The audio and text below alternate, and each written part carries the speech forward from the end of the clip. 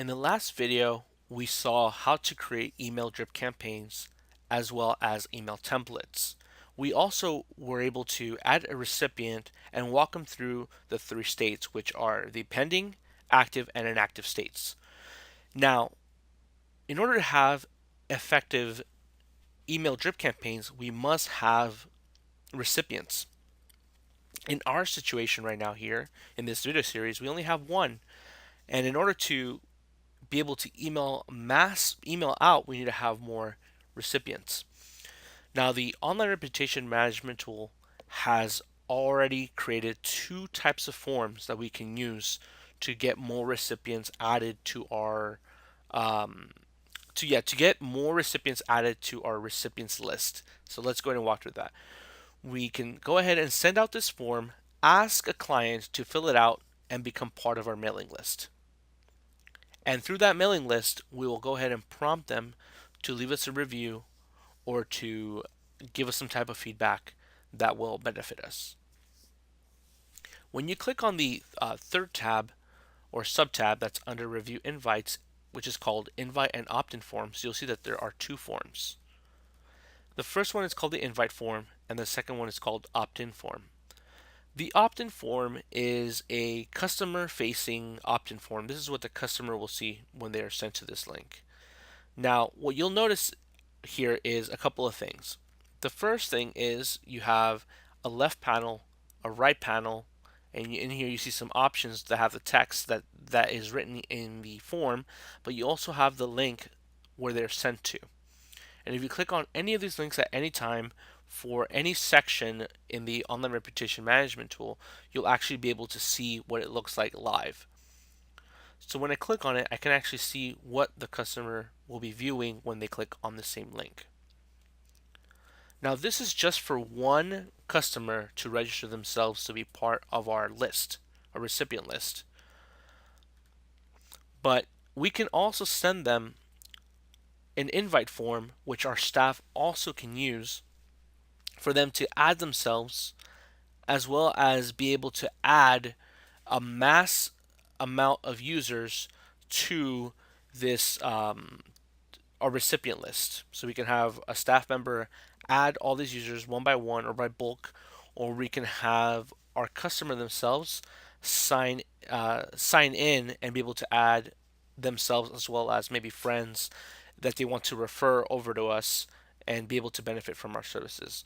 Now, we don't want to just give access to anybody to register or be able to bulk, especially bulk add users, because if it's someone malicious, they can bulk upload a bunch of fake emails, and now we're stuck with the task of going to delete each single one and verify that they are real. So in order to protect ourselves, the invite form versus the opt-in form, the opt-in form is just one single user adding themselves, so one single client or customer adding themselves to the newsletter, versus the invite form, which will allow them to either add themselves only or bulk upload emails to our list. And as I mentioned, we want to protect ourselves. So one thing that this does, it allows us to create a sign-in feature, as you saw, that we can set a username and a password to, and we can add any user here. We could probably say Sobel Office, and then we could say access granted 01. And we can set the username and a password for the person to be able to go in and add that information in.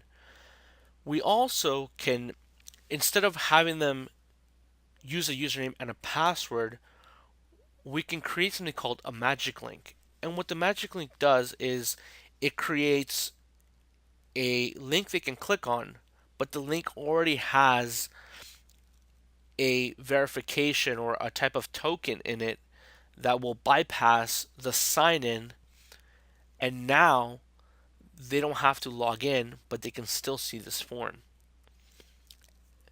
And the reason why this is so important is because not everybody remembers passwords or forgets passwords.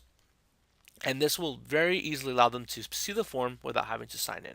So that's how the magic link works. We can also customize our form that we show them under the customize option so we can make it more personalized to our business. We can change the from the title to the content being displayed. We can give them a couple of fields names here, and we can even go as far as updating the style and look of the form through CSS. We have an option to be able to add a logo or to not have a logo, and then we also can create custom fields, which is an additional field, and that's actually represented here, custom field. And you see how it went away when I click no.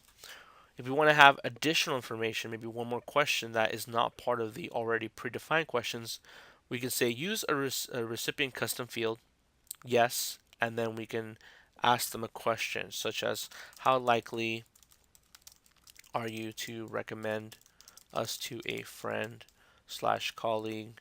And I know I'm going to spell that wrong, but I apologize. Um, we'll just say call. And then we'll say 1 the lowest and 10 the highest. Okay, so once I click save, we have that now that question there, and we can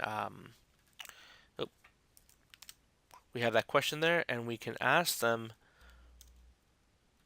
if they will recommend us. Okay, let's just make one quick.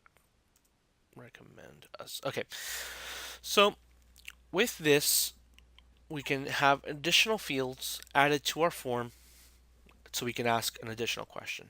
But overall, this is the form that they will see when they click on that link, when they receive that link. And like I said, if you click on the link that's above the form, we can see that live.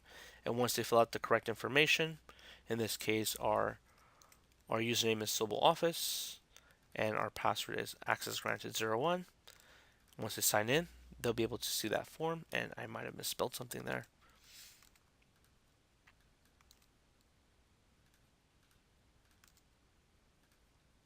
Okay, and once they're signed in, they'll be able to see that form as we laid it out. And once they're done filling it out, they can click the invite button, which is down here, and then they will be added to our recipient list.